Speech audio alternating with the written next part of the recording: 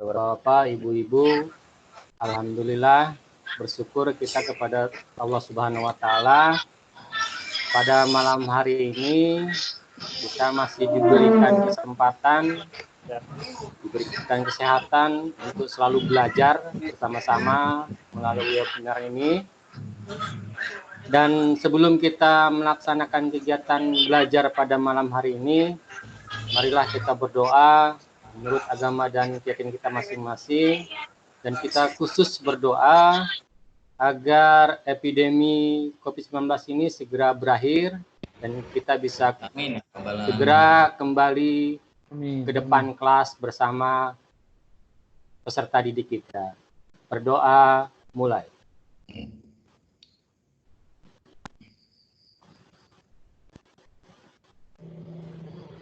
Berdoa selesai.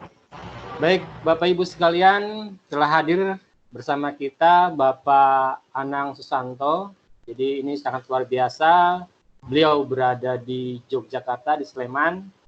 Beliau ini adalah guru SDN Jaten, Sleman, DIY, dan akan memberikan kita pembelajaran tentang bagaimana pendekatan STEM, kemudian model media Mnemonic Card. Nanti beliau akan menjelaskan lebih lanjut. Dan tentu sebelum itu mungkin Pak Anang bisa sedikit perkenalan lah gitu kan.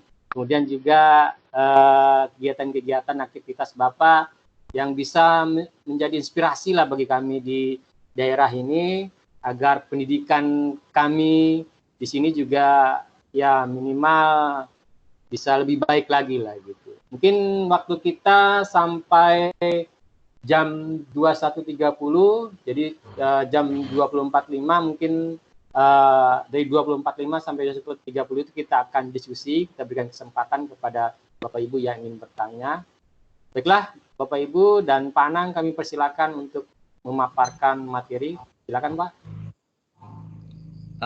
Baik, terima kasih Pak Satim atas waktunya.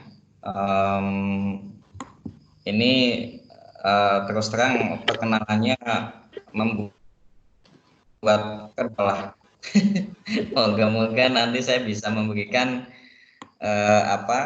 hal yang mungkin nanti bisa bermanfaat untuk teman-teman sekalian. Dan ini rasanya kita tidak usah terlalu formal sekali. Saya rasa kita informal saja ya Bapak Ibu. Sebentar ini saya mau upload dulu presentasi saya. Pak Nur, ini sudah tayang apa belum ya? Sudah Pak, sudah tampil. Sudah Pak, sudah sip. Oh sudah? Sudah Pak. Oh ya baik, sudah bisa terlihat ya? Sudah Pak. Baik, pertama mohon izin saya memperkenalkan diri terlebih dahulu. Nama saya Anang Susanto. Saya sebenarnya bukan asli Jogja, Bapak Ibu sekalian, tapi asli saya sebenarnya di Wonogiri, kelahiran saya sebenarnya. Jadi saya posisinya di Jogja itu adalah sebagai perantau. Tadi saya sedikit intermezzo dengan Pak Setiowardoyo, ternyata beliau rumahnya atau kontrakannya dekat dengan kontrakan saya di Sleman begitu. Kemudian yang kedua, saya mengajar di SD tadi seperti yang sudah diperkenalkan. Kemudian kalau hobi saya banyak, terutama olahraga. Saya kebetulan hobi badminton dan akhir-akhir ini hobi sepeda. Mungkin ada lagi Bapak Ibu yang mungkin hobi sepeda.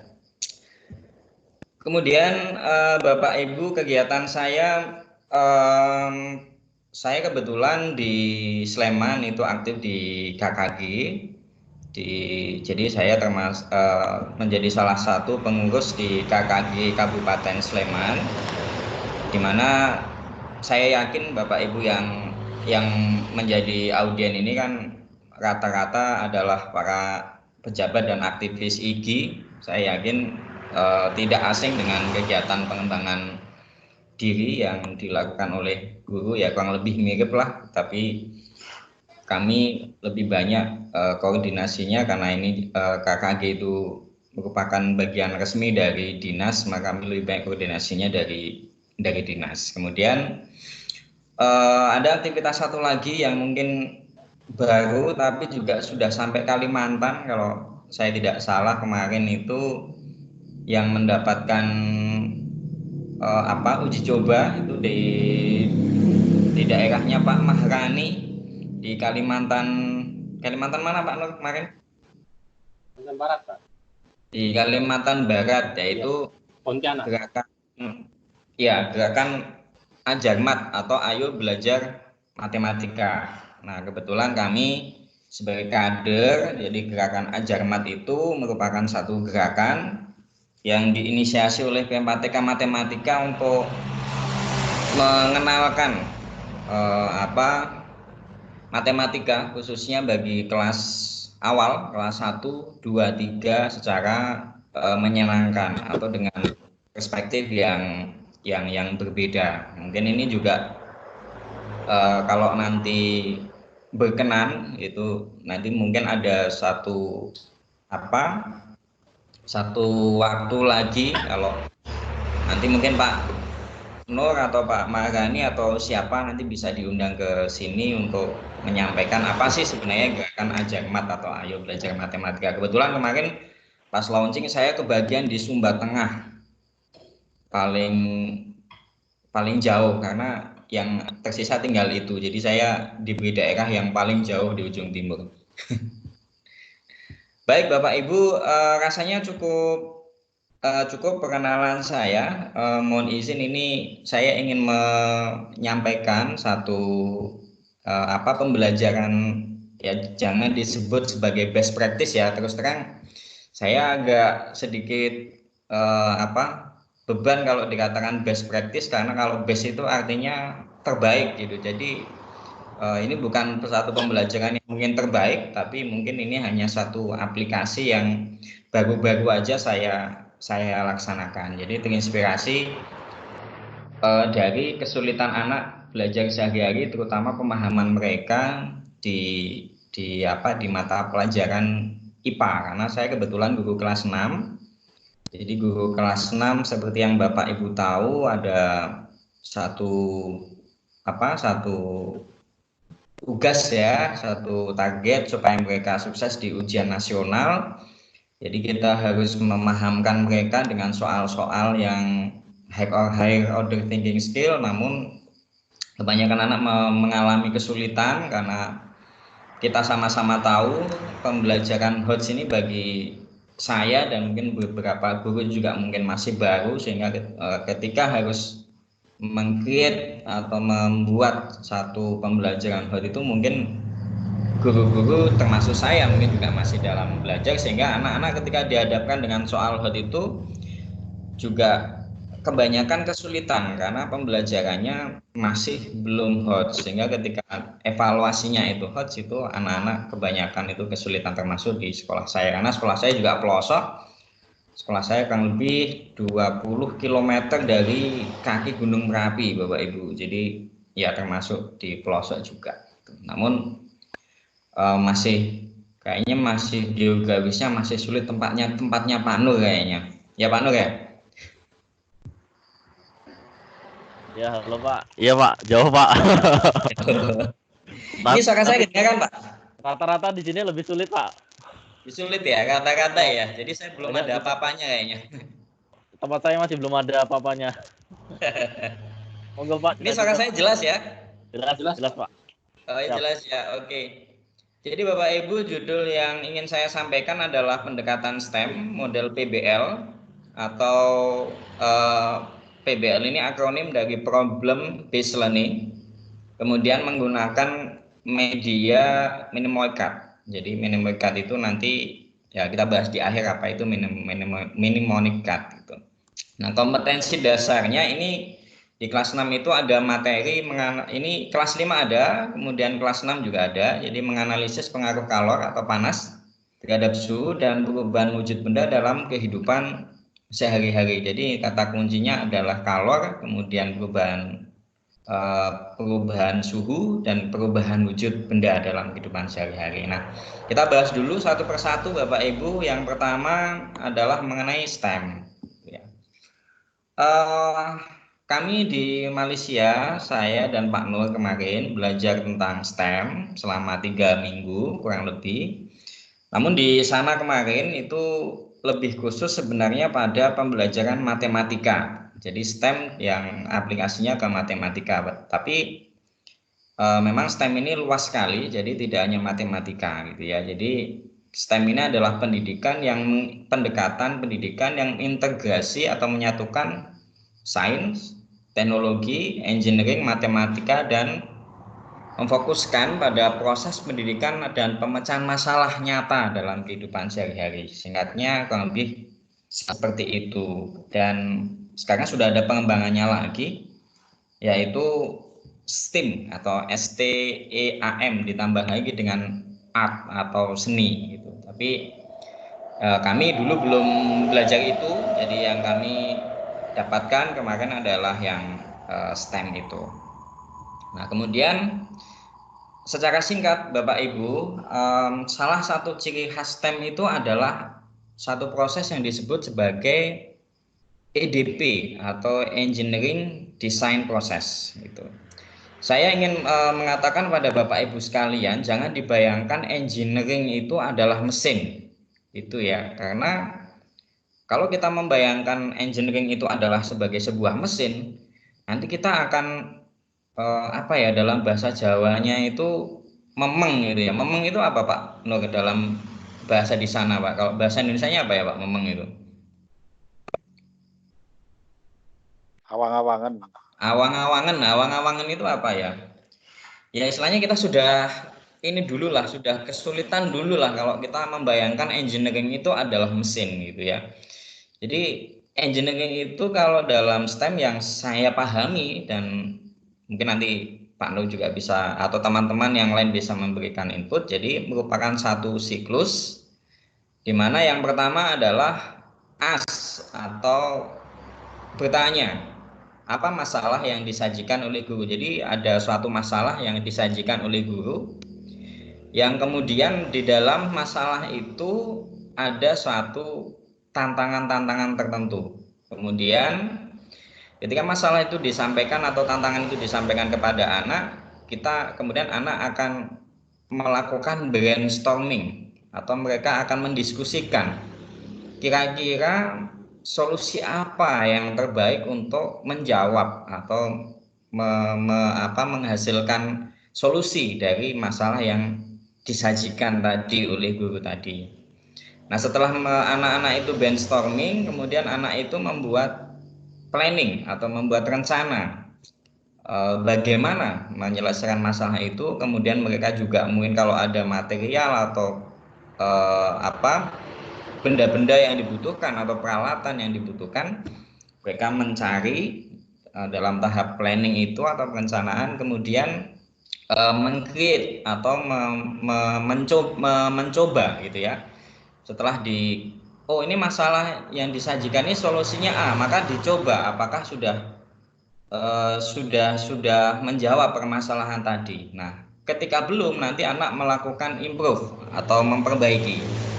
Nah, kalau di improve itu ternyata belum memuaskan, maka siklus itu dijalankan terus-menerus sampai kira-kira anak itu yakin, oh ini menurut saya adalah formula atau yang saya yakini merupakan jawaban dari permasalahan yang dihadirkan, kira-kira demikian itu.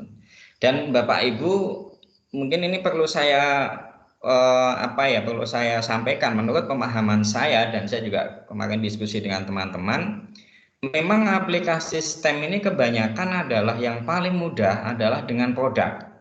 Jadi misalnya buatlah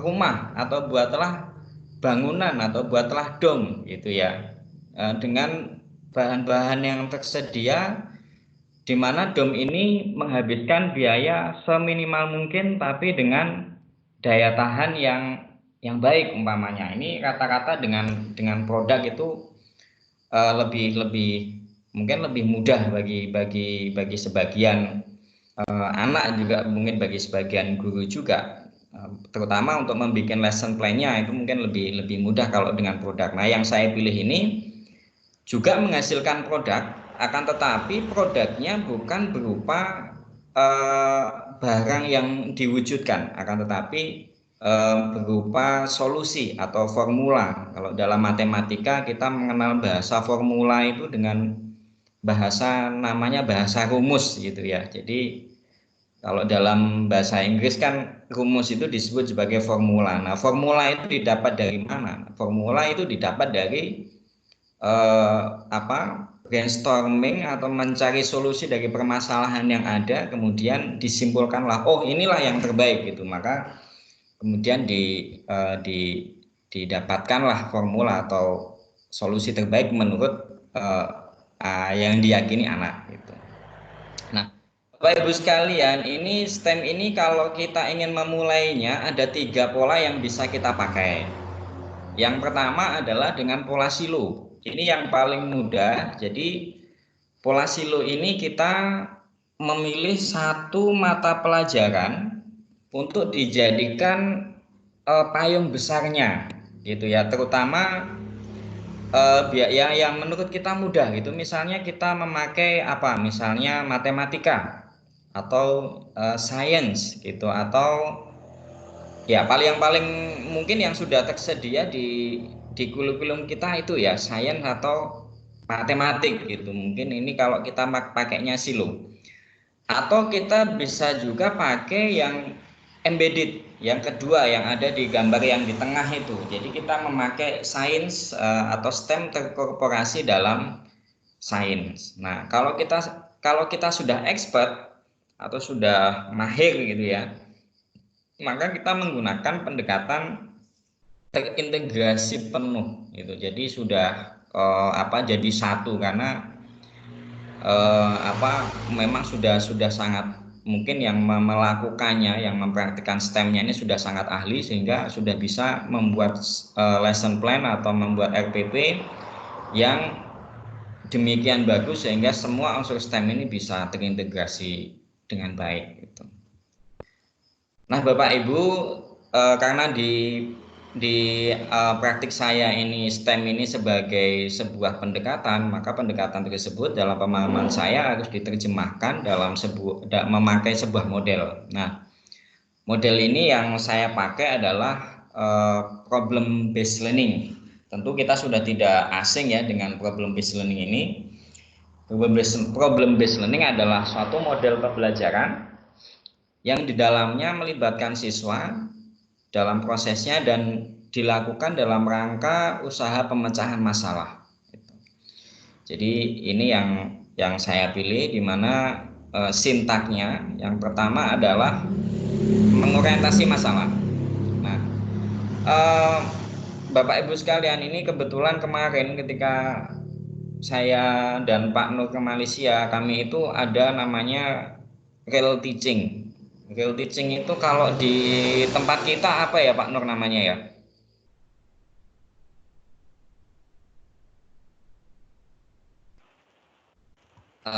Mungkin kalau di tempat kita namanya praktek apa Pak? Praktek lapangan mungkin ya? Iya Pak, kurang lebih ya. Ya, praktek lapangan itu, atau mungkin kalau di sekolah-sekolah itu namanya PPL atau apa, saya kurang tahu lah ya, seperti PPL atau mengajar betulan, tapi bukan peer teaching ya. Jadi kalau peer teaching itu kan hanya 15 menit. Nah, kami di sana itu praktik betulan selama, kalau saya tidak salah itu 90 menit kalau saya tidak salah. Nah, ini dan di sana Bapak Ibu, bahasa pengantar yang digunakan itu adalah bahasa Inggris. Nah, itu mungkin yang sedikit membuat mereka atau Malaysia itu mungkin lebih unggul ya, karena mereka sudah dari sekolah dasar itu sudah beberapa sekolah itu bahasa pengantarnya itu adalah bahasa Inggris. Nah, Saya ingin kembali ke orientasi masalah. Ketika saya sebelum peer teaching itu kita kan harus membuat RPP. Nah, saya membuatlah RPP yang lengkap seperti RPP kita itu ya, yang berlembar-lembar, ada kompetensi dasarnya, ada KI, ada KD, kemudian ada indikator, kemudian ada 5E dan lain sebagainya itu. Nah, ternyata supervisor saya waktu itu mengatakan yang akan saya lihat dari RPP kamu itu adalah, atau lesson plan kamu adalah worksheet. Nah, worksheet ini kalau di kita itu, kalau saya tidak salah tafsir itu namanya adalah lembar kegiatan siswa. Nah, lembar kegiatan siswa inilah yang namanya, kalau dalam problem based learning menurut pemahaman saya adalah orientasi masalah atau problem statement apa atau tantangan apa yang akan dihadirkan kepada siswa gitu ya. Karena ya kita sama-sama tahu lah, mungkin kita tahu bahwa dulu ya sebelum mungkin Pak Nadiem mengeluarkan kebijakan RPP 2 lembar ini, kita kan sama-sama tahu bahwa RPP kita itu kalau dilihat lengkap sekali, dari KI-nya ada, KD-nya lengkap, indikatornya komplit, sampai evaluasinya mungkin komplit, tapi justru ketika dibawa ke kelas, saya nggak mengatakan semuanya, tapi justru ketika dihadirkan di kelas itu justru tidak menjadi apa-apa gitu. Nah, makanya kemudian mungkin ada satu perbaikan di mana sekarang RPP 2 lembar itu mungkin yang dimaksud adalah sebenarnya esensi apa yang ingin disajikan kepada siswa itu mungkin maksudnya itu. Jadi orientasi masalah ini sangat menurut yang kami dapatkan kemarin, dan menurut saya setuju terus terang dengan ini. Jadi orientasi masalah atau tantangan apa yang diberikan kepada siswa di lembaga kerja itu sangat memegang peranan penting dalam pembelajaran. Bagaimana seorang guru meng-create atau membuat suatu tantangan bagi siswa yang sederhana, tapi ketika dikembangkan di kelas variabelnya bisa sangat banyak sekali. Nah, yang kedua adalah setelah kita guru itu datang dengan suatu masalah yang kontekstual bagi anak, kita kemudian mengorganisasi peserta didik. Nah, organisasi peserta didik ini saya rasa kita sudah sering melakukannya, yaitu membagi kelompok. Namun mungkin ada satu sentuhan menarik ketika saya di sana. Halo? Jelas? Masih kedengar Pak suaranya? Masih Pak, masih Pak. Oh, masih ya? Masih, Karena Pak. di sini ada bad network gitu. Oke, jadi ketika organisasi peserta didik itu kami diberikan sentuhan oleh supervisor saya, itu memberikan sentuhan namanya traffic light, Pak. Jadi setiap kelompok itu diberikan bendera yang dilekatkan di plastisin di setiap meja. Warnanya ada hijau, kemudian ada kuning, ada merah. Nah, ini untuk apa? Ketika anak-anak berdiskusi untuk memecahkan suatu masalah itu ya, kebanyakan saya rasa itu anak-anak ini, kelemahan anak-anak kita itu biasanya malu bertanya. Jadi mereka nggak ngerti, mereka nggak mau bertanya itu. Nah, dengan bendera itu salah satu anak ditugaskan, mungkin anak yang mungkin sudah di dalam kelompok itu menonjol gitu ya. Jadi kalau kelompok kamu mengerti, tancapkanlah bendera hijau. Kemudian kalau ke kelompok kamu ini agak nggak ngerti, tancapkanlah bendera kuning. Kalau sama sekali bingung apa yang harus dilakukan, itu tancapkanlah bendera merah. Itu mungkin juga satu sentuhan yang menurut saya menarik kemarin ya. Kemarin ketika pas teaching juga kita coba juga. Dan yang selanjutnya adalah membimbing penyelidikan individu maupun kelompok. Ini ketika anak melakukan atau menyelesaikan tantangan atau masalah yang disajikan, ini tentu juga harus selalu membimbing. Dan yang terakhir adalah evaluasi dan presentasi. Nah, Bapak Ibu, ini hanya salah satu contoh. Sebentar kok.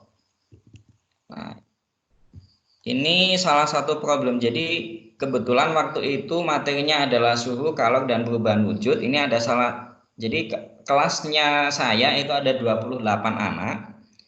Kemudian saya bagi menjadi 5 kelompok dengan masing-masing problem statementnya berbeda atau masalah yang disajikan berbeda. Ini hanya salah satu contoh saja di dalam grup ya, karena mungkin kalau dibacakan semuanya mungkin terlalu panjang. Nah, ini problem statement satunya adalah Ali memerlukan waktu 5 menit untuk merebus 1 liter air sampai mendidih. Sementara Ida memerlukan 2 menit lebih lama agar air mendidih. Kemudian pertanyaan-pertanyaannya adalah mengapa waktu merebus air mereka berdua berbeda. Kemudian diteruskan lagi, buktikanlah jawabanmu melalui alat dan bahan yang sudah disediakan. Jadi sebelum masalah atau problem statement disajikan ke kelompok, maka kita terlebih dahulu menyiapkan alat-alat untuk percobaan ini supaya anak tidak kesulitan. Idealnya sebenarnya anaklah yang harus mencari, akan tetapi kalau anak harus mencari tentu saja waktu yang dibutuhkan itu lama. Sedangkan di lab atau di sekitar kita mungkin alat-alat itu bisa disediakan oleh guru, bisa dibantu gitu ya. Nah, kemudian setelah anak melakukan percobaan atau menjawab pertanyaan mereka atau punya hipotesis itu, kemudian kita beri tantangan lain. Coba rebuslah 500 cc air dan catatlah waktu yang dibutuhkan sampai mendidih. Ini kita kurangi jumlah airnya. Nah, kemudian dapatkah setelah mereka melakukan percobaan, mencoba mungkin 1 atau 2 kali, mungkin kemudian kita tambahkan lagi tantangannya, dapatkah kamu merebus air lebih cepat dari percobaan sebelumnya? Jadi kalau mereka menjawab, kalau mereka menjawab bisa, tentu saja kita arahkan untuk membuktikan lewat percobaan, dan kemudian mereka kita arahkan untuk menulis kesimpulan dari percobaan yang dilakukan itu dalam lembar pengamatan percobaan. Nah, contohnya seperti ini lembar pengamatan aktivitasnya. Jadi ada percobaan keberapa, kemudian volume air berapa, kemudian waktu yang diperlukan untuk mendidih itu selama berapa menit. Kemudian mereka mencatat kesimpulan apa yang didapatkan dari percobaan itu. Nah, di sini unsur STEM-nya ada beberapa banyak sekali kalau kita mau eksplorasi. Kalau sainsnya atau populer kita sebut sebagai IPA itu ada pengaruh kalornya atau kenaikan suhunya. Kemudian teknologinya ada modifikasi percobaan. Modifikasi maksudnya mereka melakukan mencari-cari ya formula terbaik untuk menghasilkan solusi dari masalah itu bagaimana. Mungkin mereka mencari referensi, mencari bahan-bahan di buku. Kemudian engineeringnya adalah kemampuan untuk menghasilkan formula ya, untuk menghasilkan satu cara terbaik untuk merebus air sampai mendidih dengan waktu yang ditargetkan atau malah mungkin lebih cepat dari yang ditargetkan. Nah, inilah yang saya bilang di awal bahwa STEM tidak selalu berwujud sebagai produk, akan tetapi bisa juga produknya sebagai formula atau solusi terbaik dari suatu masalah yang ada. Kemudian matematikanya adalah volume air di dalam di dalam wadah yang digunakan untuk merebus air itu. Nah, kemudian ini juga ada problem statement kedua. Ini kedua itu tentang termometer air. Jadi tapi ini tidak begitu saya berikan penjelasannya. Secara singkat ini saya beri tantangan untuk membuat termometer sederhana. Jadi untuk membuktikan bagaimana air raksa itu bisa bergerak naik turun di termometer, tapi bukan termometer yang digital ya Bapak Ibu. Kalau termometer digital kita susah membuktikannya gitu. Kalau termometer air raksa kan bisa naik turun. Nah, ini kita membuat percobaan untuk membuktikan kenapa kok termometer yang ada di termometer air raksa itu air raksanya bisa naik dan turun. Itu problem statement yang kedua, dan ada yang ketiga, keempat, dan kelima, tapi mohon maaf belum saya tayangkan di presentasi ini. Nah, kemudian Bapak Ibu, di sini ada mnemonic card. Nah, mnemonic itu apa? Sebenarnya mnemonic itu kalau dalam definisinya ini adalah suatu metode untuk membantu mengingat dalam jumlah besar informasi yang melibatkan 3 unsur. Pertama adalah encoding atau pengkodean. Nah, kode ini populer kita sebut sebagai jembatan keledai. Kalau kita dulu sempat ingat di IPA itu ada Mejiku Hibiniu.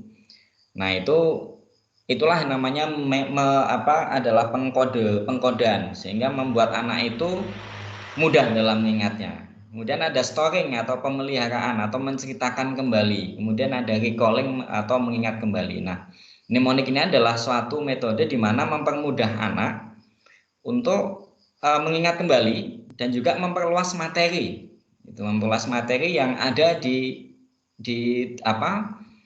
tujuan pembelajaran yang ada di situ. Kita tahu kita hanya bisa melakukan 5 macam percobaan misalnya, padahal perubahan wujud dan pengaruh kalor itu ada banyak sekali. Nah, ini di akhir ketika refleksi bisa kita kembangkan dengan mnemonic card itu. Nah, cara penggunaannya bagaimana? Nah, siswa dibagi dalam kelompok kecil. Tadi sudah ada kelompoknya 5, kemudian mendapatkan 5 kartu. Kemudian siswa berpasangan, satu siswa sebagai penanya dan satunya yang menjawab.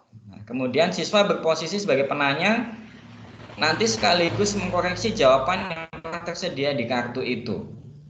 Nah, siswa yang sudah menjadi penanya nanti bisa bergantian sebagai yang ditanya, gitu ya. Nah, ini salah satu contoh mnemonic card. Ini yang di depan, misalnya saya tayangkan gambar tentang perubahan suhu peristiwa mencair. Jadi ada es mencair, kemudian di sini ada kodenya. Ada pair gitu ya. Harapannya anak dia akan ingat, oh panas ke cair gitu harapannya. Kalau kalau dia kesulitan itu menjelaskan peristiwa apa. Kemudian ini di kartu yang jadi bolak-balik ini di depannya itu ada gambarnya, kemudian ada kodenya, ada jembatan keledainya tadi, kemudian yang di sebaliknya itu ada kuncinya. Bagi anak yang menanya dia bisa tahu kuncinya sehingga dia bisa mengkoreksi jawaban dari apa yang ditanya itu sehingga anak bisa oh ya jawabannya benar, oh ya jawabannya kurang tepat dan lain sebagainya. Misalnya lagi ini, jadi ini ada peristiwa menguap. Nah, anak disuruh menjelaskan ini peristiwa apa dan perubahan wujudnya dari apa ke apa. Kemudian di situ ada jembatan keledainya cadas, cair menjadi gas itu ya. Harapannya anak ingat itu perubahan cair menjadi gas, ada air atau bensin di dalam jerigen. Ketika dibiarkan di dalam panas dia akan lama-kelamaan habis. Dan di belakang ini adalah kuncinya gitu. Jadi anak yang yang bertanya bisa mengkoreksi jawaban dari temannya. Nah, setiap penggunaan mnemonic card ini setiap kelompok itu ada 5 kartu sehingga bisa berganti-gantian dipakai. Ketika satu kelompok ini sudah selesai nanti bisa ditukar ke kelompok yang lain karena kelompok-kelompok yang lain ini punya kartu-kartu yang berbeda-beda juga. Jadi bisa saling bertukar sehingga kita anak-anak bisa materinya ini bisa lebih luas gitu ya di dalam perubahan wujud benda ini. Mengapa saya menyertakan mnemonic card ini? Karena kita tahu Bapak Ibu untuk kelas 6 itu kan anak ada banyak sekali soal pengayaan di mana materi IPA itu sangat luas sekali. Nah, tidak mungkin materi itu dijelaskan melalui hanya satu percobaan saja, ada 2 percobaan atau 3 percobaan. Saya rasa mereka perlu istilahnya metode atau cara yang mudah untuk memahami dari materi yang kaitannya dengan kalor, perubahan suhu dan perubahan wujud benda ini, yang singkat tapi tanpa mengurangi pemahaman itu. Jadi dalam pembelajaran ini yang saya inginkan adalah anak terpacu pembelajaran HOTS-nya ketika di percobaan tadi, ketika ada di problem base-nya tadi. Kemudian perluasan materinya adalah ketika refleksi kemudian kita pakai media minimoid cut ini. Jadi saya pilih medianya yang sederhana, mudah dibuat, karena kalau sulit dibuat misalnya harus pakai ya sebenarnya ada media yang lain, nanti mungkin yang Bapak Ibu kita bisa berdiskusi apa dengan media apa. Mungkin ada ide, saya juga nanti bisa belajar, tapi ketika itu saya kok tiba-tiba saya teringat minimoid cut ini untuk mempermudah ini penyampaian pemahaman materi dari materi ini ke anak gitu. Karena juga ada kepentingan pragmatis juga untuk menghadapi ujian sekolah, walaupun ternyata sekarang ketika wabah COVID ini semakin menakutkan, ternyata sudah ada keputusan resmi bahwa ujian kalau di tempat saya namanya USD, ujian sekolah daerah, itu sudah ada edaran resminya akan ditiadakan dan diganti dengan formula yang lain. Barangkali itu Bapak Ibu presentasi saya. Kalau ini sudah 33 menit, jadi saya jeda dulu sebentar sambil nanti menunggu teman-teman, mungkin ada yang mau memberikan masukan, sharing pendapat ataupun pertanyaan. Kalau pertanyaannya nanti bisa saya jawab, akan saya jawab, tapi kalau tidak bisa saya jawab, mohon maaf. Nanti mohon dari hadirin yang bisa membantu menjawab atau memberikan masukan, monggo feel free saja untuk memberikan pandangannya. Terima kasih, saya rasa itu dulu Pak Satin untuk presentasi saya. Monggo kita ngobrol-ngobrol dan berdiskusi sambil saya tak minum dulu ya Pak. Ternyata haus juga ini. Silakan Pak. Silakan minum dulu. Baik Bapak Ibu, tadi kita telah mendengarkan bersama-sama pemaparan materi oleh Pak Anang. Jadi beliau rehat sebentar untuk minum. Tapi baik Bapak Ibu, mungkin waktu kita masih banyak, ini kan sampai 21.30. Ini persilakan mungkin Bapak Ibu yang mau bertanya atau kita diskusikan.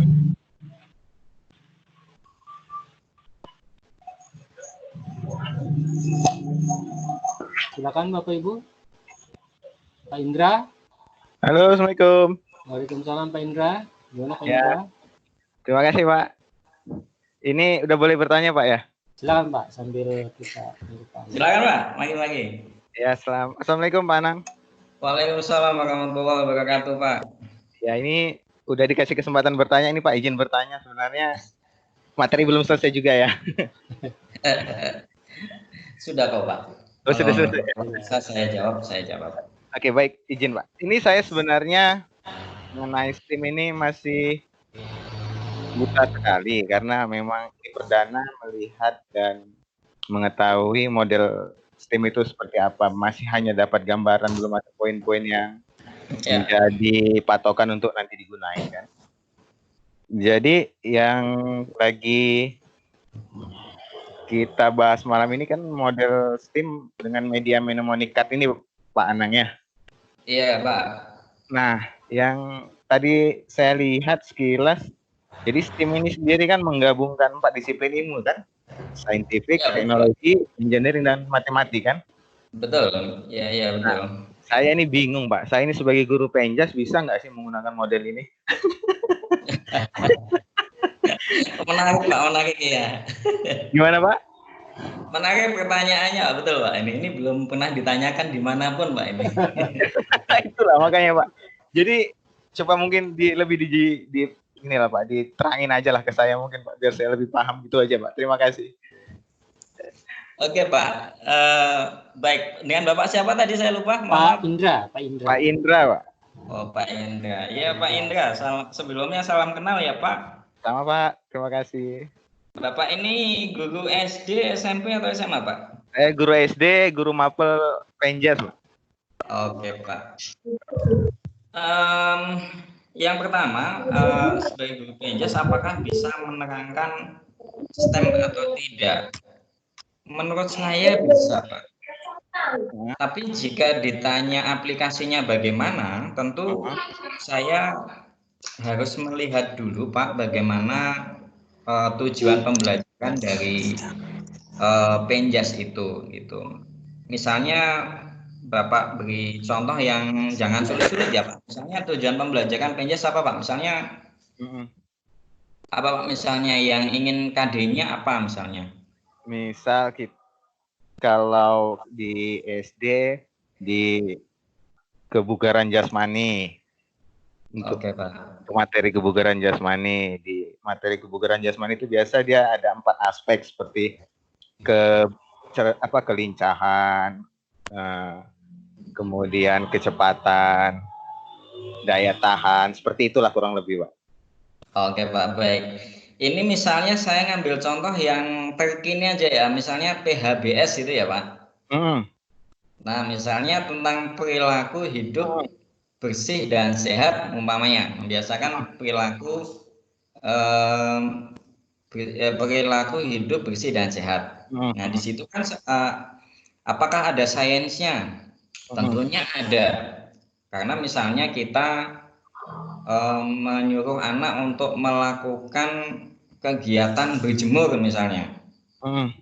Nah misalnya dalam berjemur itu kan ada sainsnya, ada vitamin apa, pukul sekian itu kandungan vitamin apa, kemudian kenapa kok pukul lebih dari pukul 10 justru membahayakan, atau pukul 7 itu mungkin belum di ini dan lain sebagainya. Nah, kemudian kita bicara tentang misalnya matematik. Nah, matematiknya tentu ada, misalnya kamu tadi berjemur selama berapa menit umpamanya. Kan kita mungkin bisa perluas lagi perubahan satuan waktu umpamanya ini Pak. Nah kemudian engineering-nya, nah itu engineering itu kan merupakan satu proses rekayasa. Jadi mungkin ini ya tadi kembali lagi tadi pada penyajian masalah tadi. Jadi mungkin kita sajikan misalnya suatu masalah umpamanya aplikasinya sajikan problem statement apakah dapat dibuktikan bahwa sinar matahari itu mencegah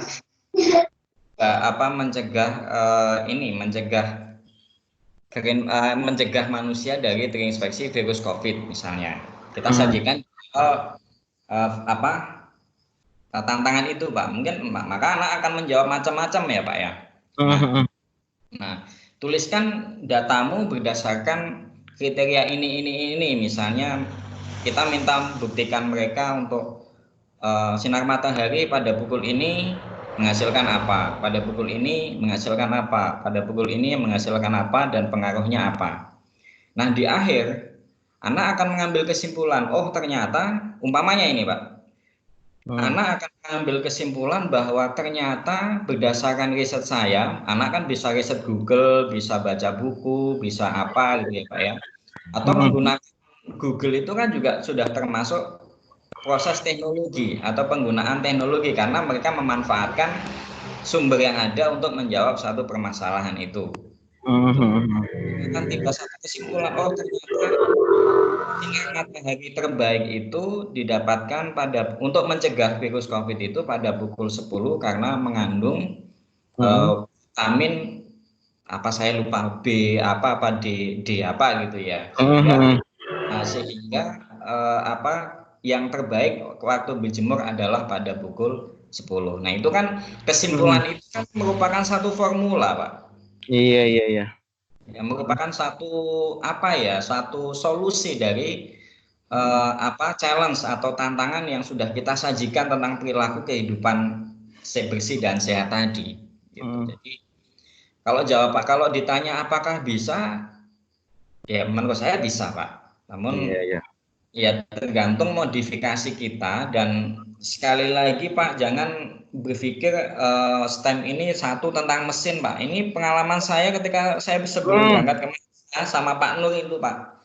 Saya itu berpikir pikir STEM itu adalah robotik, Pak, karena ada istilah engineering design proses itu. Iya. Nah, kalau kita membayangkan bahwa STEM itu proses robotik, maka kita akan pusing, Pak. Apalagi kita membayangkan sudah nanti evaluasinya, instrumen penilaiannya seperti apa. Udahlah, habis kalau itu, Pak. Iya, Kalau itu benar. sudah kita pikirkan di awal. Nah, maka solusinya menurut saya kita itu dulu. Jadi tadi ada siklus EDP tadi, ada engineering design proses, di mana ada masalah, anak nyari solusi, kemudian satu kesimpulannya apa, mereka mencoba, kemudian sampai berputar-putar, mereka melakukan percobaan terus sampai tiba pada kesimpulan yang menurut mereka itu baik. Ini sekedar sharing saja, Pak. Dulu waktu saya praktek di Malaysia, itu percobaan saya itu hanya sederhana sekali, Pak. Jadi anak-anak kan sering main pesawat-pesawatan itu ya, Pak, di sekolah itu sering membuat pesawat dari kertas itu loh.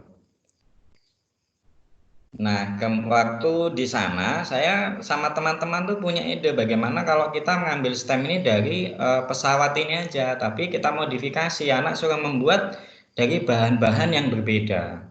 Satunya ada kertas biasa, kemudian satunya ada kertas karton, kemudian satunya ada kertas yang aluminium foil. Nah, kemudian dari ketiga itu, ini kertas kita batasi ya Pak pemberian kertasnya, karena kita mengembangkan mereka adalah seorang insinyur yang mau membuat pesawat betulan gitu Pak, mau membuat prototipe pesawat betulan. Jadi dari ketiga bahan ini, menurut kalian manakah nanti kalau dibuat itu, manakah pesawat yang kalau diterbangkan dan diluncurkan itu bisa stabil dan jarak yang ditempuh itu adalah paling jauh? Nah, pasti mereka nanti akan berlomba-lomba gitu. Oh, saya buat dari kertas jaraknya sekian, saya dari kertas ininya sekian. Nah, ternyata nanti anak tiba pada kesimpulan bahwa oh aluminium itu ternyata lebih untuk membuat pesawat-pesawat itu ternyata pesawat lebih stabil, model mainan pesawat lebih stabil dan lebih jaraknya itu lebih jauh. Nah, kemudian kan anak bisa mengambil kesimpulan, oh iya mengapa pesawat itu terbuat dari bahan salah satunya itu adalah aluminium itu. Nah, itu di situ juga matematikanya sudah masuk. Misalnya kita mau memakai jarak kecepatan waktu bisa masuk, atau konsep pengukuran bisa masuk. Kemudian kalau mau diperluas di IPA juga bisa masuk. Misalnya bagaimana pesawat itu bisa terbang. Kuncinya di mana pesawat itu bisa terbang, umpamanya ini Pak ya. Tinggal kita memperluas sesuai dengan kondisi dan juga sesuai dengan target pembelajaran yang ada. Makanya tadi yang presentasi saya, kalau memang kita kesulitan mau integrated, misalnya semuanya mau diintegrasikan kesulitan, kita boleh payungnya misalnya sains dulu nggak apa-apa. Atau yang lebih awal tadi, yang silo tadi kan payungnya satu mata pelajaran yang menonjol. Misalnya Bapak mau pakai STEM ini payungnya mata pelajaran yang besarnya adalah olahraga juga tidak apa-apa Pak. Gitu, maka matematika atau kemudian sainsnya mungkin hanya dipakai untuk pengayaan, tapi payung besarnya itu tetap di mata pelajaran olahraga. Saya yakin Bapak bingung dengan penjelasan saya di sana juga masih Pak Nur sampai sekarang juga masih bingung. Saya juga masih bingung dengan penerapan STEM ini, tapi ya kita terus mencoba. Kalau ada kesempatan kita coba, kita modifikasi terus, dan besok akan ada lagi Pak, itu teman kami juga itu sama-sama waktu di Malaysia, itu ada nanti lebih jelas lagi mungkin karena besok ada projectnya. Jadi besok pendekatannya bukan problem based tapi project based. Nah, kalau project based ini nanti akan lebih clear lagi. Tapi nggak apa-apa, mungkin hari ini kita pakai untuk brainstorming atau warming up dulu Pak, dalam olahraga mungkin pemanasan dulu lah. Iya. Indra, sudah Pak Indra? Iya Pak, jadi terima kasih penjelasannya Pak Anang. Mungkin saya bisa berpendapat, tapi nanti boleh dikoreksi pendapat saya kalau salah Pak. Oke, iya Pak. Tadi kita mencontohkan Bapak beri contoh materi PHBS ya. Saya anggap itu seperti isi, kemudian model STEM ini seperti bungkusnya gitu Pak ya, mungkin ya. Iya Pak, karena yang paling saya tidak mau berdebat ya Pak. Maksudnya itu kita tempatkan pada pendekatan atau model Oh, monggo. Tapi kalau saya memahaminya STEM ini sebagai suatu pendekatan. oh gitu. Iya, iya, iya. Iya. Jadi bukan model. Kalau model kan ada PJBL, ada Iya. PPBL, kemudian ada juga macam-macam lah. Ada banyak sekali. Ada ya Bapak tahu sendiri lah ada macam-macam. Nah, pendekatan ini kan hanya ciri, Pak. Hmm. Ya, kalau dalam pemahaman saya kan ada ciri yang penting ada EDP-nya. Nah, itu sudah bisa disebut bahwa pembelajaran itu adalah pembelajaran yang menggunakan pendekatan dari STEM itu. Siap. Ya.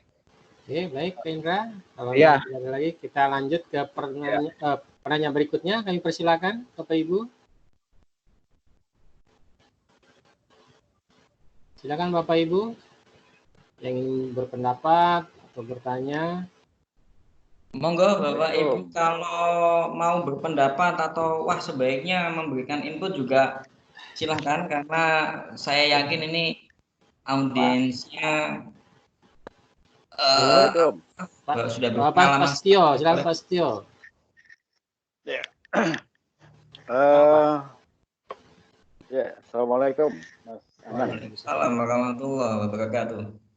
Ini nyun sewu, mohon maaf kalau apa. Jadi pertanyaan saya bukan pertanyaan yang saya buat-buat ya.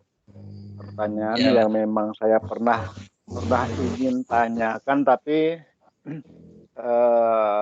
belum dapat momen gitu loh. Karena kita kan tidak bergabung. Saya kan latar belakangan bahasa Inggris ya. Dulu ketika jadi guru. Saya sebenarnya mengenal apa itu model ini. Ada yang mengatakan model, ada yang mengatakan pendekatan. Kita tidak usah berdebat itulah, whatever lah gitu ya. Betul Pak. Saya mengenal model ini kira-kira tahun 2007. Ya. Pernah ada seorang peserta simposium yang menyajikan model pembelajaran STEM. Nah, dan dia tampil sebagai penyaji pada simposium nasional waktu itu di Sukabumi. Terakhir kali saya ikut simposium. Yang jadi pertanyaan memang seperti kata Pak Indra tadi, saya belum pernah ketemu guru selain non-guru eksak. Dan guru IPA yang menyajikan model ini gitu loh. Nah, padahal kalau tadi saya panggil Mas Anang aja ini masih muda. Nah, coba tadi mohon ditampilkan yang engineering design proses tadi. Iya. Padahal kalau itu kita kaji di situ, sebenarnya situasi itulah yang ingin ditonjolkan ketika kita mengelola pembelajaran, kan begitu. Iya Pak. Artinya alur berpikir yang semula orang membayangkan engineering itu berkutat dengan fisik-fisik mesin, padahal yang dimaksud adalah proses rancangan. Itu terbalik enggak ya? Enggak terbalik ya, mohon maaf ini. Engineering design proses. Oh ya, oke, ya, udah oke. Proses rancangan ya, mungkin ini maksudnya adalah pola pikir ya. Alur berpikir ya. Barangkali kawan-kawan ini saya berpendapat sedikit, ini adalah pola pembelajaran yang harus kita tampilkan ketika kita menggunakan ini. Saya berpendapat begitu, mohon maaf kalau nanti salah. Ya, sehingga ketika kita mohon maaf ini ya, karena saya pakai HP jadi tulisannya rodok cilik ya, kayak kecil ya. Nah, dimulai dengan bertanya, kan gitu ya. Kalau kita kembalikan ke kurikulum 13 yang 5M, mulai bertanya, kemudian apa lagi itu ya? Terus apa lagi itu? Di situ disebutkan membayangkan, tadi dikatakan dengan apa tadi Mas Anang tadi ya? Imagine, Pak. Ya, tadi di Mas Anang tadi mengistilahkannya kegiatannya ngapain tadi ya? Brainstorming, Pak. Ya, oke, brainstorming, persepsi dan lain sebagainya lah, di situ ruang tanya jawab pembuka lah, apapun namanya, kan begitu ya? Iya, Pak. Nah, kemudian planning, kemudian creating, dengan yang terakhir adalah improving. Jadi komentar saya yang pertama, pertanyaan saya, pernah enggak ketemu guru non eksak yang menampilkan ini? Ya kan gitu, menggunakan model ini. Pertanyaan saya itu aja. Kemudian yang kedua, saya punya apa itu istilahnya, mohon maaf berpendapat aja, kepada kawan-kawan, alur berpikir yang sekarang ini sedang tampil inilah yang ini, slide yang sedang muncul inilah yang barangkali perlu dikedepankan. Kalau tadi Mas Anang menjawab Pak Indra dengan bahwa pelajaran ini bisa ini mungkin bisa lebih konkret dalam desain pembelajarannya seperti apa. Mungkin saya tadi menunggu di situ. Kalau memungkinkan untuk dikondisikan seperti itu. Kalau masalah materi bahwa olahraga bisa ditinjau dari sains, bisa ditinjau dari apa tuh ya, ilmu pelajaran-pelajaran lain maksudnya, tentu itu improvisasi kita di lapangan pasti bisa lah itu ya. Itu aja Mas Anang dan Pak Satim ya. Karena saya juga belum pernah mencoba ini di dalam pembelajaran. Memang saya tertarik ikut itu tadi, pengen melihat ini kalau saya modif menjadi ke dalam pembelajaran yang sosial akan seperti apa begitu. Karena memang saya pernah kenal ini lama, tapi saya belum pernah ketemu orang sosial ini gimana gitu. Belum pernah ada yang berikan contoh, bahwa instruktur tingkat nasional pun belum pernah berani memberikan contoh yang bentuk yang dari latar belakang sosial gitu. Demikian Mas Anang ya. Iya, Pak. Matur nuwun, Pak Setyo. Kawan-kawan, barangkali kita saling kita berdiskusi. Monggo, matur nuwun Pak Satim. Terima kasih Mas. Iya, Pak. Silakan Pak Anang. Oke, Pak, terima kasih. Sebelumnya saya mengucapkan terima kasih atas input yang luar biasa dari Pak Setyo Wardoyo tadi. Memang beliau ini Pak sudah lebih dulu ternyata mengenal STEM ini daripada saya, ternyata sudah lebih dulu tahun 2007. Saya ketika mau berangkat ke Malaysia itu mungkin baru 1 tahun sebelumnya. Kami berangkat ke Malaysia itu 2019. Saya baru mungkin mendengar STEM itu tahun 2018, awal 2018, akhir 2017. Kenal dikit aja Mas. Film? Kenal sedikit aja, makanya masih bingung. Monggo, silakan. Iya, Pak. Yang pertama, Pak, saya pribadi tidak begitu mempermasalahkan, Pak, apakah mau menempatkan STEM ini sebuah pendekatan atau model, karena kalaupun dipakai sebagai model, maka EDP-nya tadi sudah bisa dipakai sebagai sebuah sintak gitu, Pak. Jadi setuju. Nah, jadi sintaknya pertama adalah menghadirkan masalah, kemudian brainstorming, kemudian menghasilkan satu solusi, mencoba dan lain sebagainya. Saya rasa tidak ada masalah, Pak. Tinggal tergantung improvisasi kita di lapangan saja. Dan STEM ini bagi saya pribadi ini adalah hanya satu alternatif saja untuk merancang sebuah pembelajaran yang HOTS itu bagi menurut pendapat saya pribadi, karena selain STEM ini juga ada banyak juga alternatif pendekatan maupun model yang bisa dipakai dalam pembelajaran.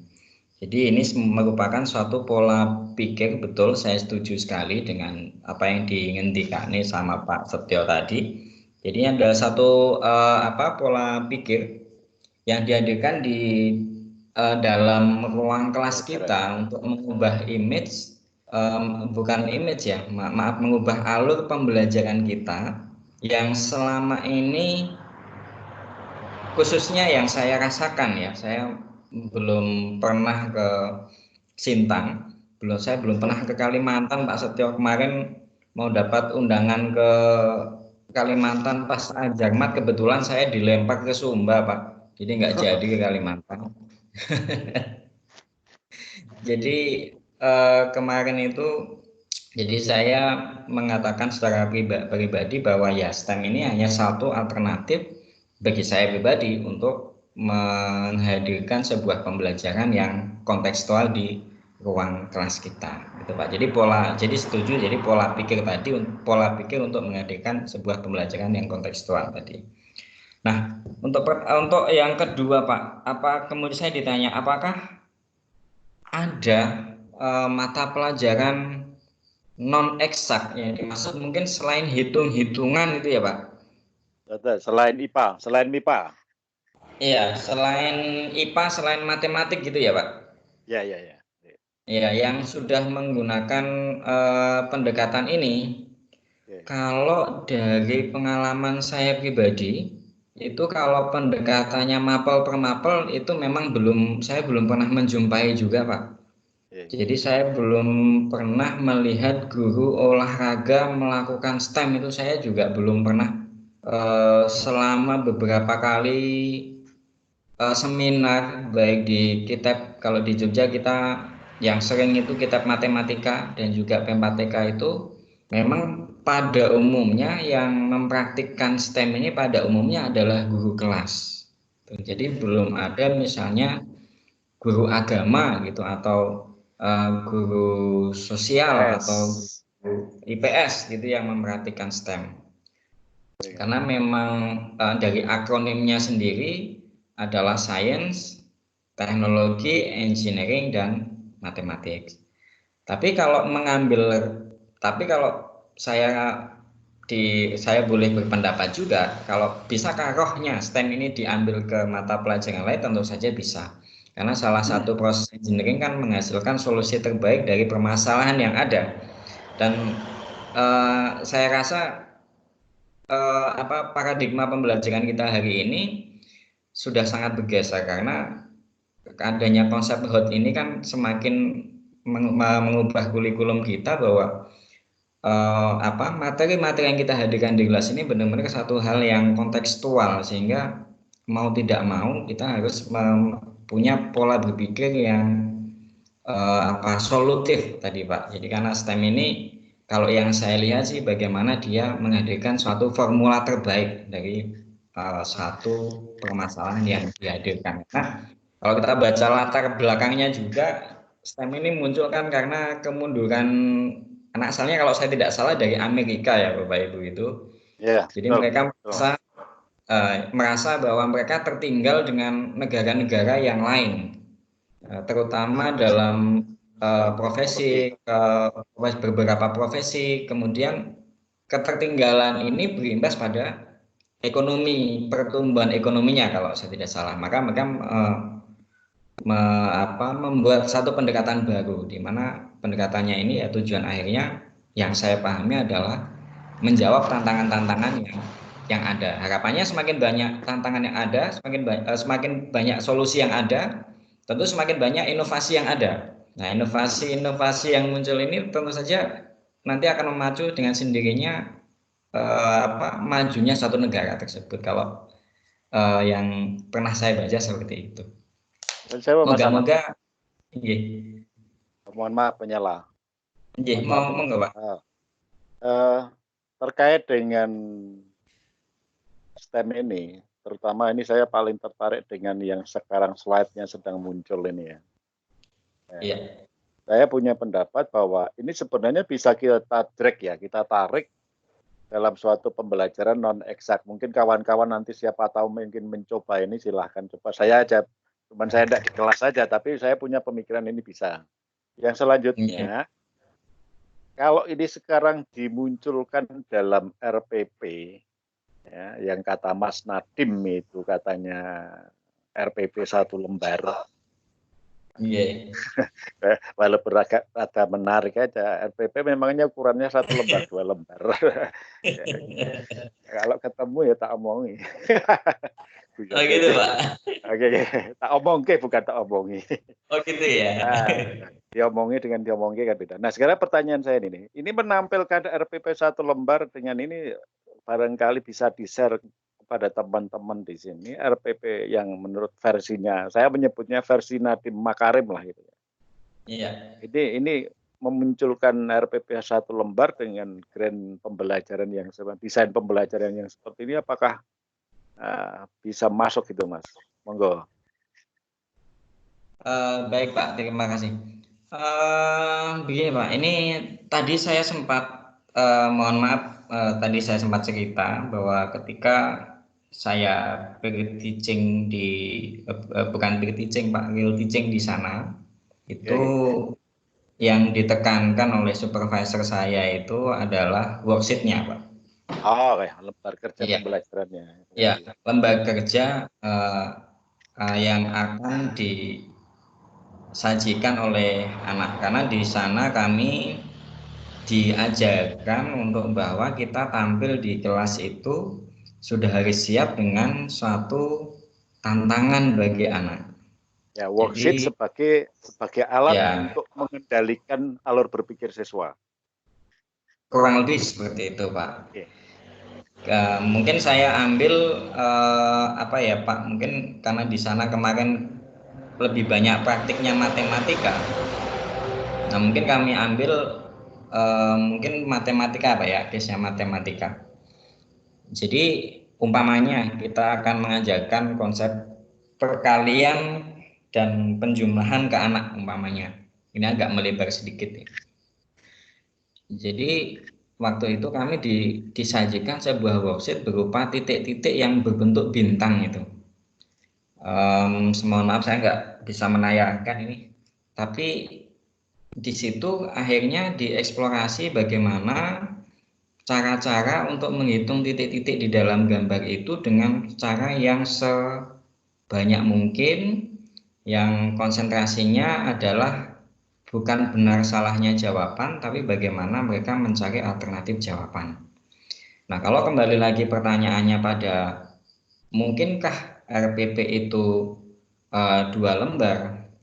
Ya, mungkin kalau yang ditayangkan hanya hal-hal pokok saja. Umpamanya tujuan pembelajarannya itu hanya singkat-singkat, karena kemarin saya juga sempat juga Pak membuat RPP yang ya tapi tidak 2 lembar juga Pak, tetap saja nggak bisa, tetap lebih lah.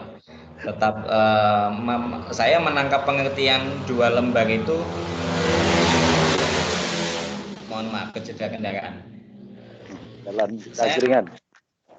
Iya, ini rumahnya samping jalan Pak, jadi kadang-kadang ada suara knalpot yang nggak menyenangkan.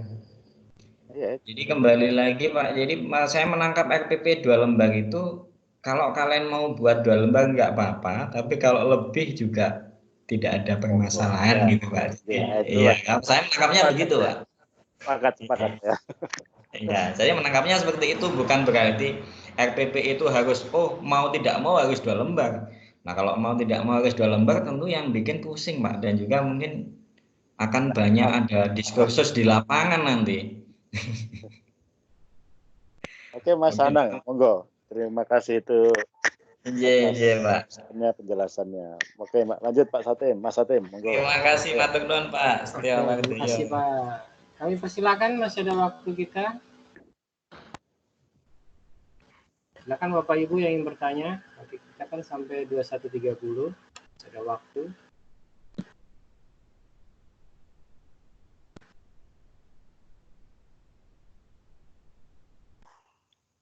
Silakan Bapak Ibu.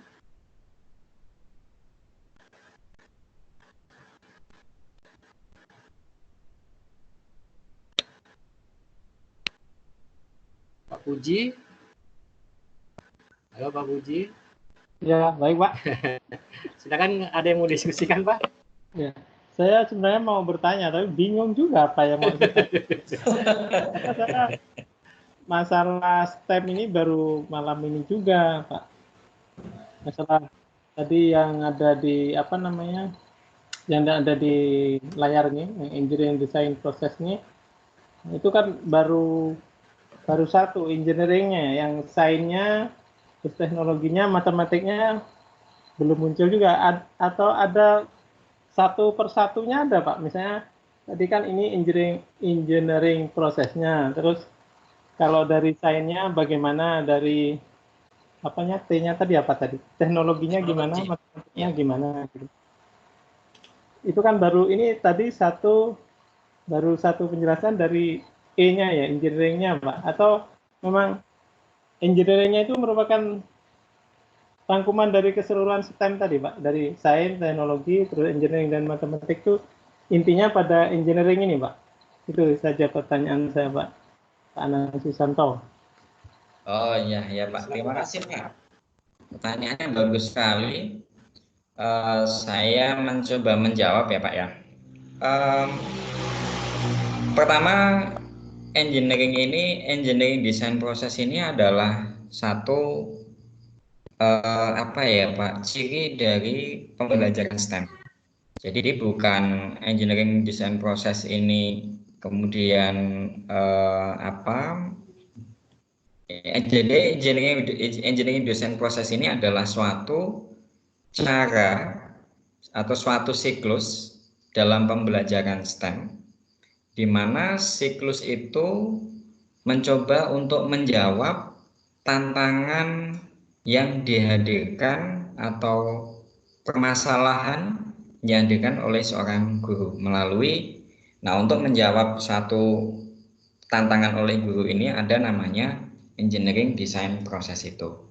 Nah, kemudian, kalau unsurnya, kalau sains, teknologi, engineering, matematik ini adalah unsur dari pembelajaran atau di dalam kegiatan engineering design proses itu ada sainsnya, ada matematiknya, ada teknologinya, ada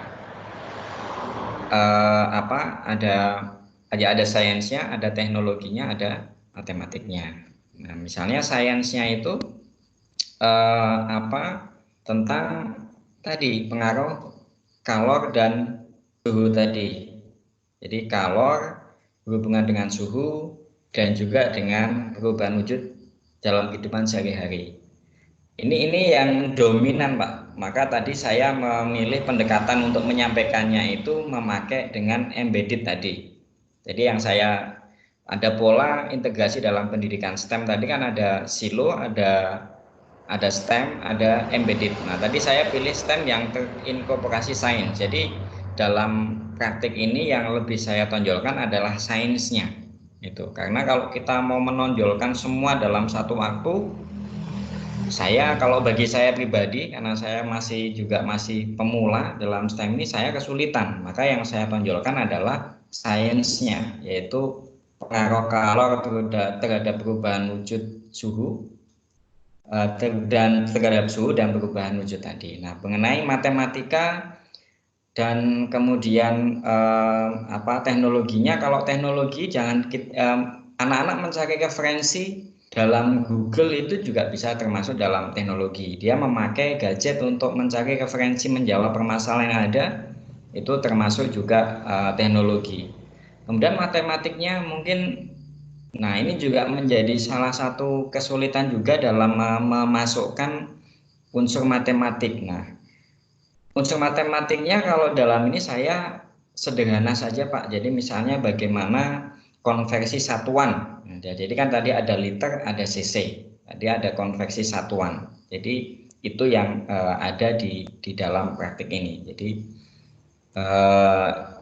itulah yang dimaksud dengan STEM. Jadi kalau engineering design proses ini, jadi STEM itu kembali lagi dalam pengertian dia adalah integrasi dari sains, teknologi, engineering dan matematika. Itu. Jadi kalau kita mau idealnya memang harus ada sains, harus teknologi dan harus ada matematikanya dan juga ada proses pola berpikir yang dari pemecahan masalah sampai menghasilkan solusi yang paling baik tadi. Itu idealnya Pak. Tapi dalam praktiknya tentu sesuai kemampuan kita. Kalau kita masih kesulitan kita bisa pakai silo. Kalau kita masih kesulitan lagi kita bisa pakai sains. Tapi kalau kita sudah terbiasa mungkin bisa terintegrasi penuh.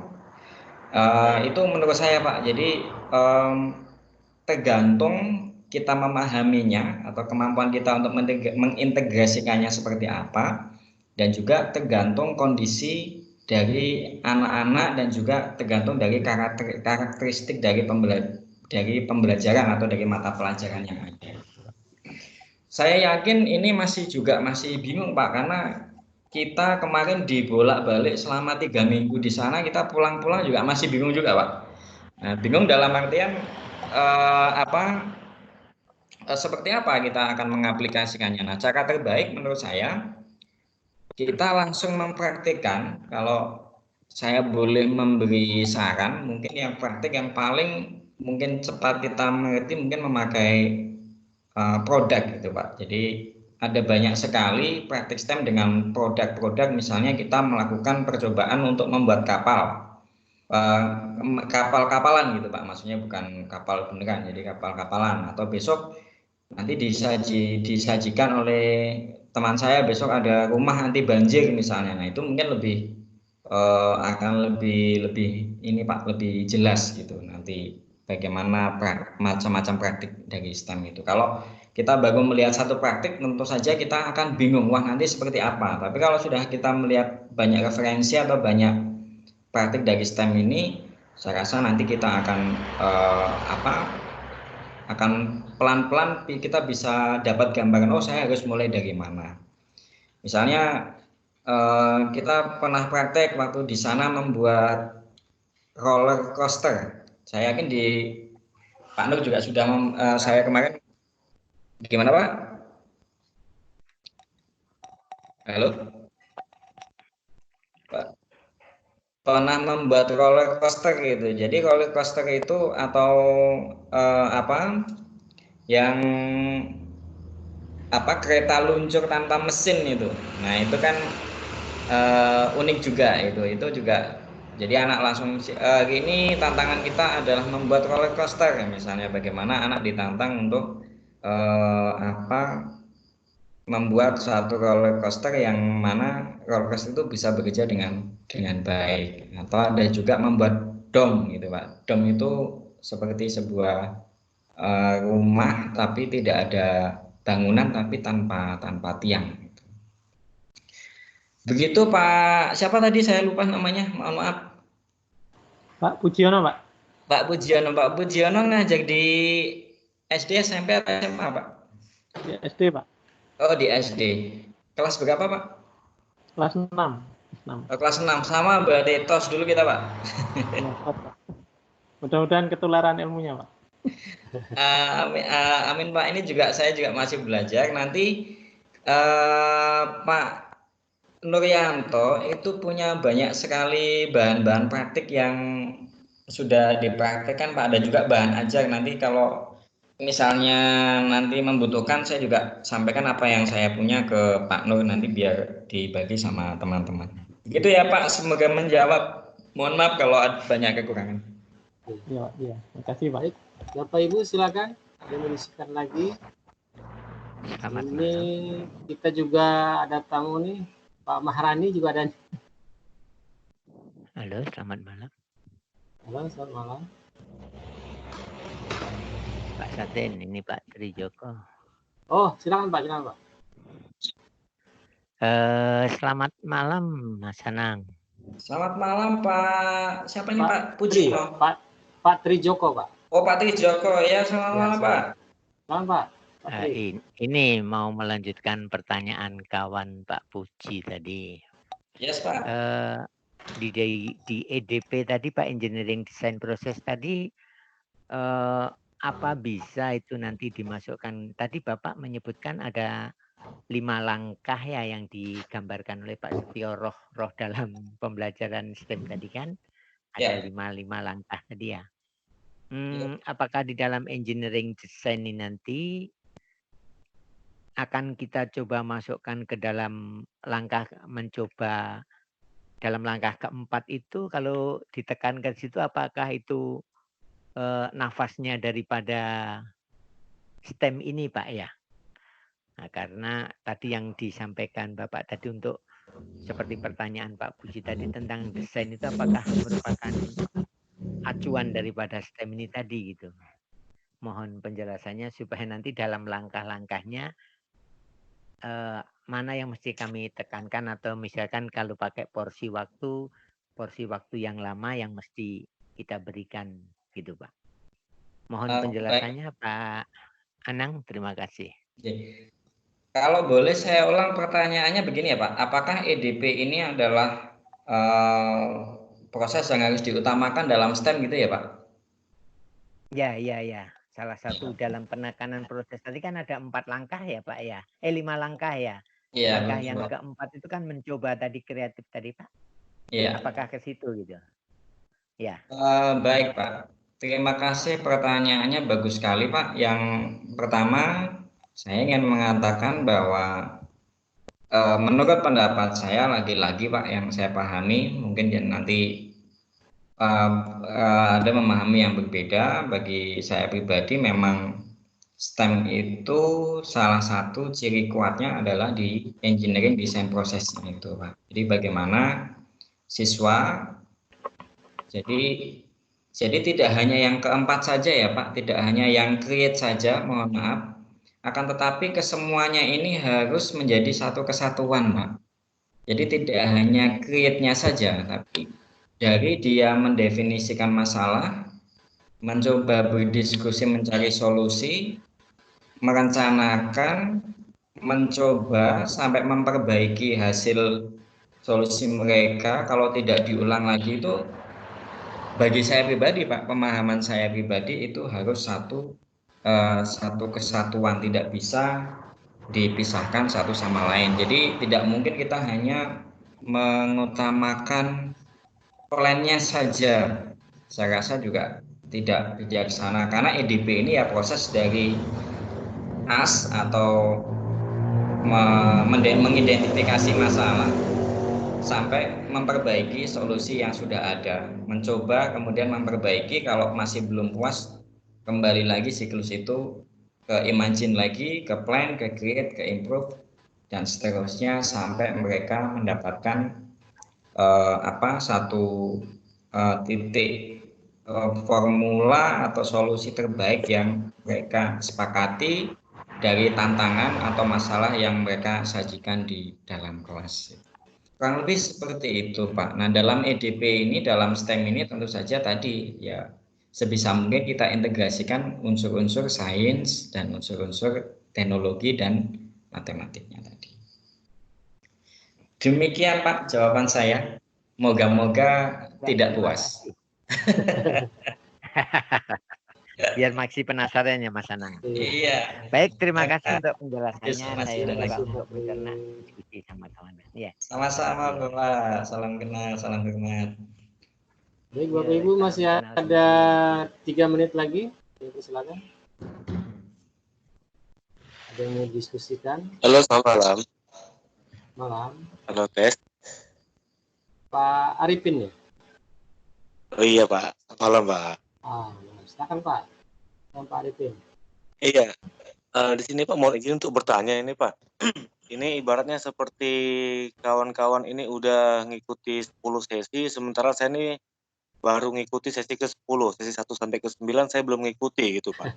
Jadi ini pertanyaannya gini Pak, saya ini sangat ketinggalan. Pemahaman saya tentang kata kunci daripada STEM itu sebenarnya apa sih Pak gitu loh. Kata kunci dari STEM ini apa sebenarnya? Apakah jangan-jangan saya ini sebenarnya sudah melakukan STEM tapi saya tidak tahu apa sebenarnya apa yang sudah saya lakukan itu merupakan bagian dari STEM atau apa gitu. Nah, sementara pemahaman saya sampai saat ini STEM itu merupakan seperangkat item yang terdiri dari 4 itu, sains, teknologi, engineering, dan matematika. Apakah keempat poin ini harus berjalan sekaligus atau hanya beberapa item yang bisa dilaksanakan dan itu sudah merupakan bagian dari STEM gitu loh Pak. Jadi intinya mohon penekanan sih sebenarnya, mohon penekanan terhadap pengertian kata kunci untuk melakukan STEM ini apa gitu. Karena sampai saat ini saya hanya mendengar STEM itu rupanya keren, enak ini gitu, tapi belum begitu memahami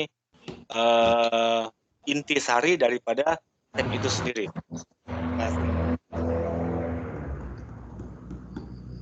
Baik Pak, terima kasih Pak. Siapa tadi? Arifin ya? Pak Arifin. Baik Pak, terima kasih. Kalau saya ya ditanya proses yang kata kuncinya dalam STEM, menurut saya pribadi adalah di EDP-nya itu Pak. Menurut saya pribadi ya, mungkin juga beberapa teman mungkin punya pemahaman berbeda bisa saja. Tapi kalau saya pribadi ya kata kuncinya adalah di EDP-nya tadi, atau Engineering Design Process atau proses merekayasa. Jadi engineering design proses, engineering itu kan bahasa Inggris dari insinyur Pak. Kalau kita pahami di Indonesia, nah pekerjaan seorang insinyur ini adalah merekayasa. Merekayasa apa? Merekayasa solusi dari sebuah permasalahan yang dihadirkan. Jadi saya memahaminya bahwa STEM ini adalah lebih menonjol adalah di EDP-nya itu, Engineering Design Process. Nah, pertanyaan kedua, apakah harus mengintegrasikan semuanya? Menurut saya, kalau mampu silahkan. Maka tadi saya menjawab ini saya tampilkan. Di sini ada 3 pola integrasi. Yang pertama adalah silo. Jadi silo ini adalah STEM dengan hanya satu mata pelajaran saja. Misalnya matematik saja, STEM tapi hanya unsurnya matematik saja. Namun sudah ada EDP-nya. Kemudian atau lagi misalnya STEM dengan integrasi atau korporasi sains saja, payungnya IPA saja. Jadi IPA sebagai mata pelajaran yang menonjol. Nah, kalau misalnya kita sudah expert atau sudah ahli, tentu lebih baik terintegrasi semuanya. Namun apabila misalnya kita hanya bisa mengintegrasikan 1 atau 2 mata pelajaran saja, menurut saya itu juga sudah bisa disebut sebagai STEM, Pak. Itu karena kata kuncinya adalah di integrasi itu.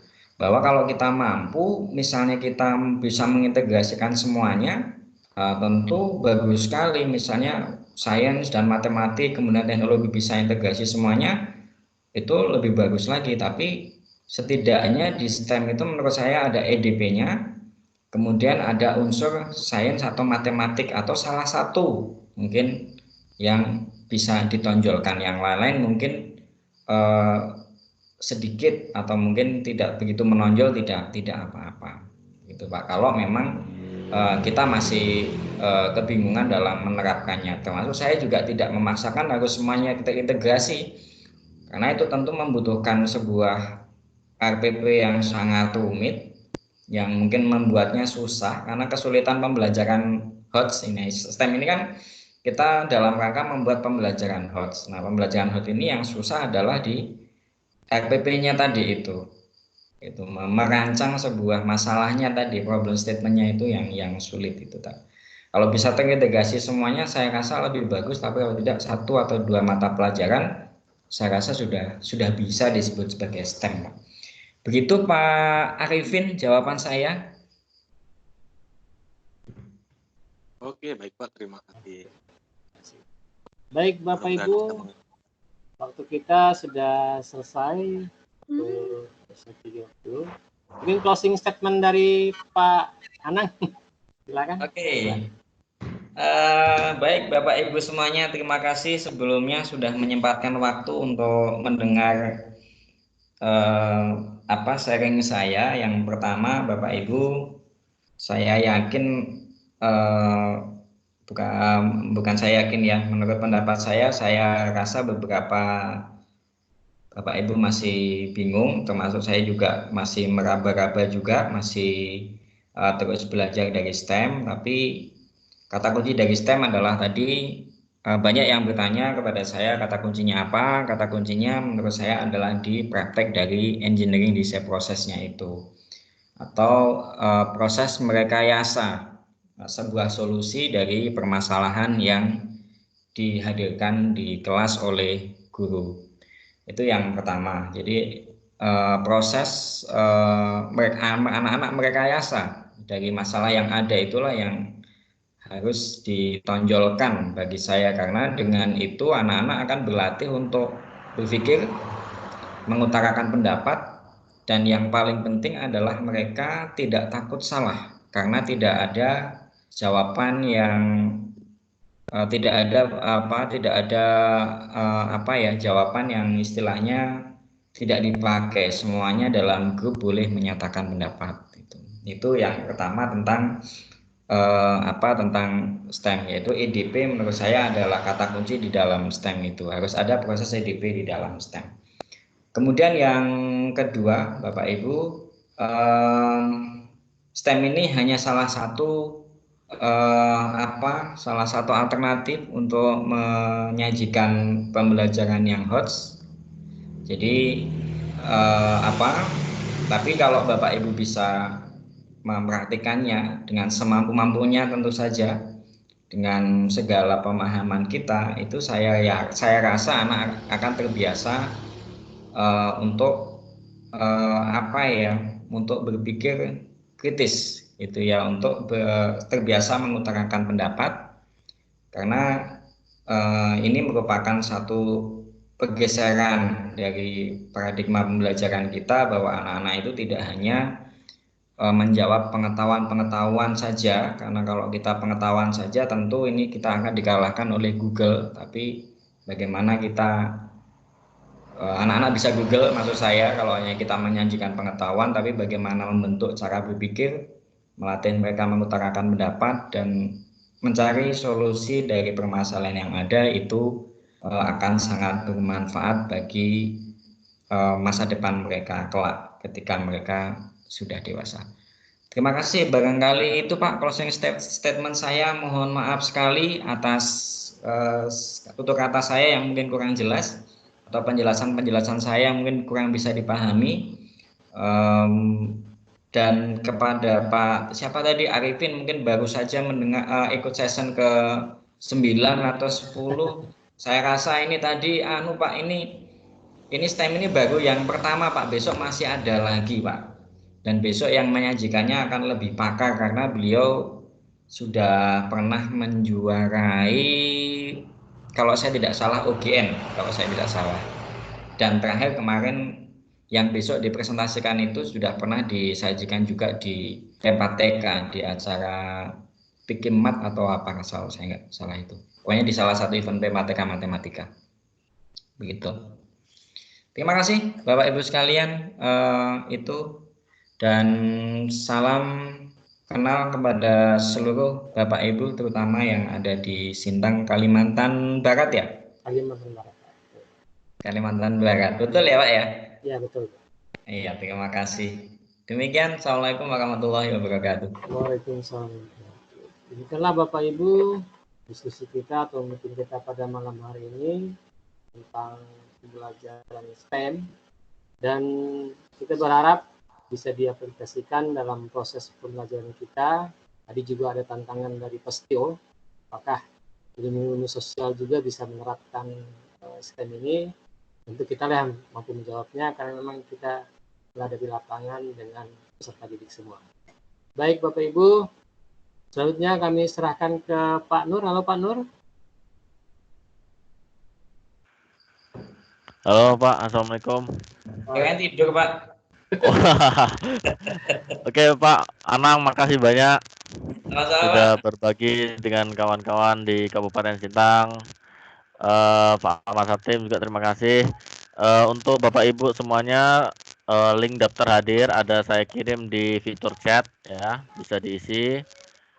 Kemudian insya Allah nanti malam Jumat kita ada sesi berikutnya bersama Pak Mahrani. Mudah-mudahan tidak ada halangan, nanti materinya kita tunggu saja nanti. Mungkin itu aja. Mas Nur. Ya, Nur. halo. Koreksi sedikit tadi Mas Anang tadi. Oh ya, oke Pak, silakan Pak Setio. Mas Anang. Ya, dalam Pak. Itu depan puskesmas itu bukan kontrakan saya, itu rumah mas saya. Oh, nggih Pak. Boleh dipinjamkan gitu Pak ya? Oh. Aduh, itu. Guyon aja Mas Anang itu. Kalau kontraknya Pak Setio mau saya kontrak ya Pak? Nah, itu gratis kalau punya Pak Setio tuh Pak. Itu enggak punya itu sejengkal pun udah itu.